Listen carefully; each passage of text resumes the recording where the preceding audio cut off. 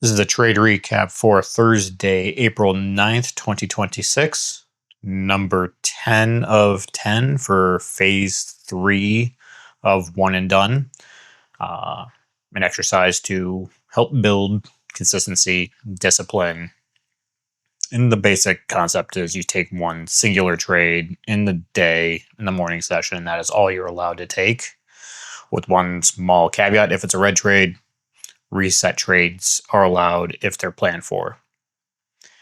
And with that being said, with this now wrapped up, doing pretty good. So I'll probably do a separate recap on, again, just that entire phase and kind of where we're going from there, plus some things set up in the future that we're going to kind of like interweave with the next phase of One and Done. But all in all, it was a pretty solid morning. Say one thing to kind of work on that presented itself this morning. So get into that here after kind of going through everything. But yeah, let's go ahead and get into it. But first things first, if you're new or struggling with day trading and you're looking for a high-level coach and mentor, the person you want to be learning from is Pat Mitchell. He runs a service called Trick Trades. You can find it at tricktrades.com. Go ahead here. And he is who I learned from. He's been at this for over a decade now. He does it on a professional level, and he gives lessons live on screen share every morning while we trade. He also does recaps and other educational material for us. And it is spot on. The quality is second to none. He puts a lot of time and effort into the education that he gives us, and the results show for it. So if you would want a sampling of that information, you can go ahead and jump over to the website, give it a read over. If you kind of more of a direct example, he does have a YouTube channel. He has over 1,700 videos on there right now, and it's one of those things where you can find a lot of really good information in those videos, but to sift through it all and put all the pieces together yourself, that is going to be an endeavor. So I would actually say it's easier to come to the service and learn directly from the man himself, because he knows exactly what he is doing. And we'll go ahead and jump into the live recording. Oop, wrong one. There we go. All right. So if you're new here, kind of way this is all laid out is we only trade SPY and Qs. Those two tickers, nothing else. You don't need to trade anything else really. And that's something that Pat, again, pounds into people, especially when they're fresh in from other services or trying on different things. It's like, this is really all you need and the way we do it. So up here on the top row, this is SPY. On the bottom row, it's Qs. These left-hand charts here are our daily charts, so one-day candles. These middle-sided charts are the 1-minute intraday candles, and I keep my order execution here on the right. Now you'll see these blue levels. These are the levels that Pat finds and plots for us for our trade plans. He does this usually starting the night before and then refines them the morning of, depending on what the market does overnight. And he does this day in, day out, and is spot on with his levels. Can't think of the last time, like, again, there's ever an issue with these levels. I really can't. On here, you also notice these dashed red lines. Those are risk levels. I like a visual risk because that just helps me keep track of things better. He doesn't do that. Others don't do that. Again, that's a personal preference. And kind of something I've been playing around with a little bit as of late is kind of mapping out, again, levels of interest. And I drew them on there with these light yellow lines using the little draw tool that comes in TradingView, just to kind of, again, see how things react. Again, I'm trying to do better about really tweaking where to pay myself. So it's kind of what those are for. I like them there. Do they add a little clutter to the chart? Yeah. Not, which is one part that is like the downside of that. I don't like a ton of shit on my charts, but unfortunately, again, is what it is. for that. So this is about, again, a little bit into the open. So we'll back it up here a bit. Let's see here. Get us back about 10 seconds. So it's about 8 seconds. So go ahead and hit play. So as you can see, again, just before we actually get too far into it, SPY's opening up. It's getting kind of close to this upper level. So being prepared for that one. Q's is getting a little too close to this level. So again, can't open when it's right on top.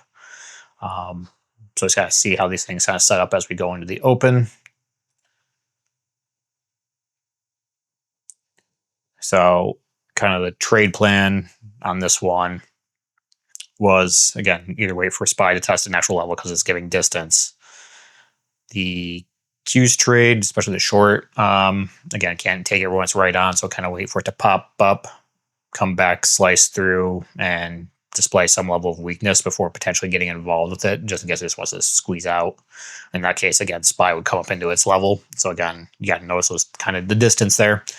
So this is kind of where I goofed this morning, and something I just need to work on, because the pop back up into this level and it came back through happened within this opening candle, and that was not proper.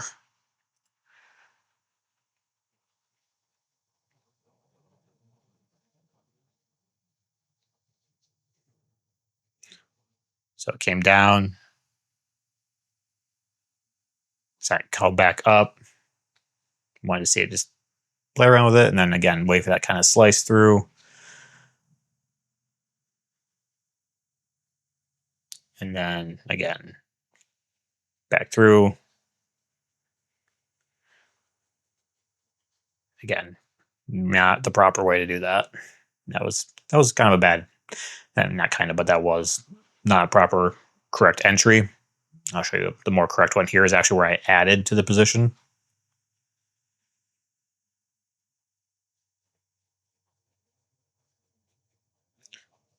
So again, you just kind of wait for it to kind of sort itself out. Spot's starting to come down.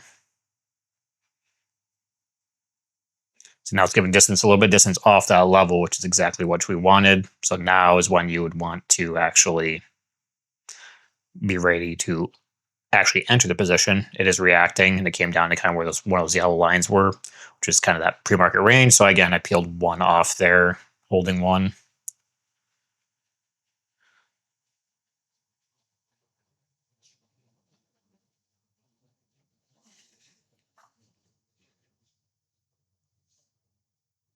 Pops back up.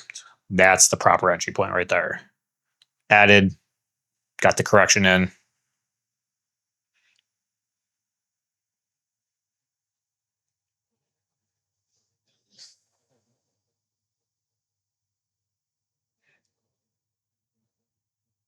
And then it's just a matter of being a little patient.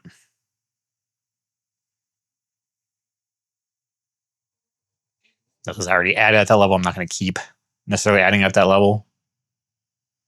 I'd want to see it probably at the high of that opening candle before adding, again, another.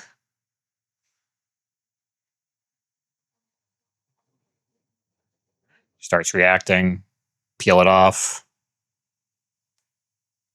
and try to be patient to see if we can get, a little bit lower.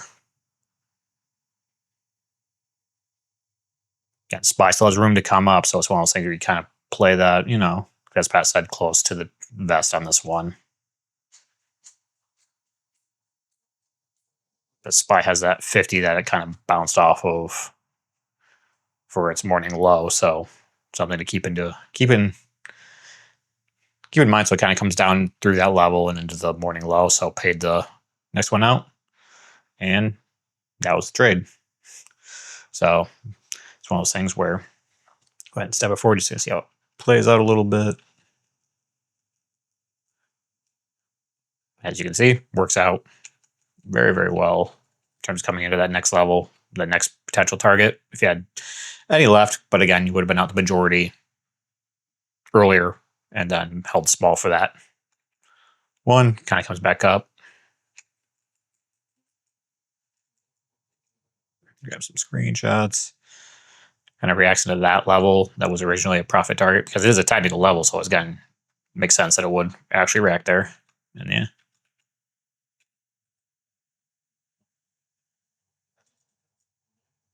And then it kind of comes back up into level. And again, the SPY was very much sideways, so it was one of those things where kind of is what it is.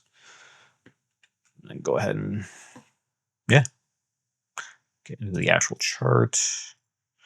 My entries. So again, here's my entries: 2, entered with 2, peeled 1, added 1, peeled 1, peeled 1. So as you can see, SPY kind of did make its way up into this level. So it's one of those things where not into the level itself, but fairly close. So again, let's see where we were at, 79. So again, within 21 cents of the level. So again, could have started that one. Trade would have worked just fine. Did it again, then finally kind of broke down. Qs, again, really good again, except for my little goof. It wasn't a goof, it was, again, improper.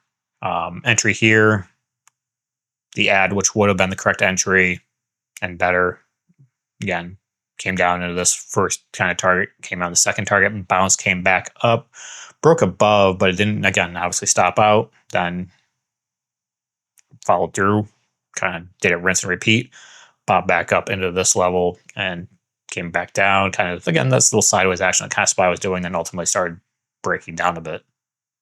And that's more or less how the morning session went.